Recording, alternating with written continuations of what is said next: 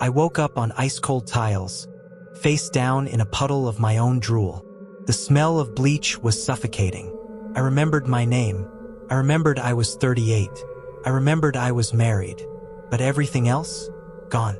Broken puzzle pieces of a life I couldn't reach. I was in a clinical white room with 4 bulky, old-school VCR monitors. Below them sat a glass table, a steaming cup of coffee and a single cookie, icing scraped off. Narrator, I checked myself for injuries. I knew exactly how to perform a concussion check, prodding my scalp with obsessive precision. That's when I realized I was medical staff. Or I was. But this felt too personal, like a nightmare I'd lived before. I screamed for help. Silence. The heavy, suffocating kind that makes you hear your own blood pumping. Then I saw them. Pile of tapes. The first one was labeled February 2024.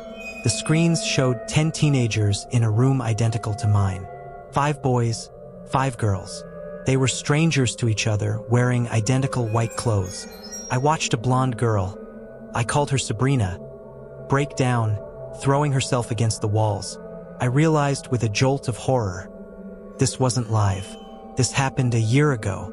I was watching a documentary of a slow-motion execution. April 24th. The starvation had set in. Their faces were sunken. Their eyes were hollow pits of desperation. That's when the gift arrived through the door slot. Not food. A heavy, iron pickaxe. The leader, a boy I called Clem, held it. A redhead I nicknamed Shitface started taunting him. They want payment, Freckles, he sneered. They fed us. Now they want a sacrifice.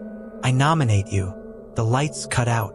In the pitch black, through the night vision cameras, I watched the pack mentality take over. They weren't kids anymore. They were animals.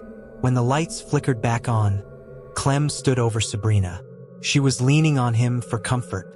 With a defeated sigh, Clem snatched the axe. I tried to look away, but I was frozen. One brutal, sickening chop to the back of her neck. Scarlet pooled across the white floor. Clem didn't cry. He didn't scream. He looked into the camera with empty, vacant eyes. The boy I knew was gone. In his place was something else. The next morning, breakfast arrived. A feast.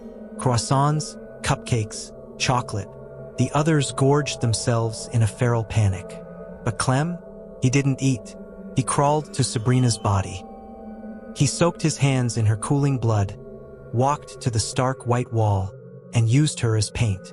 He drew a simple, dripping smiley face. I looked at my own table, my coffee, my cupcake. The icing was scraped off, just like the ones the kids were eating on the screen. My stomach turned. I wasn't just a spectator. I was next.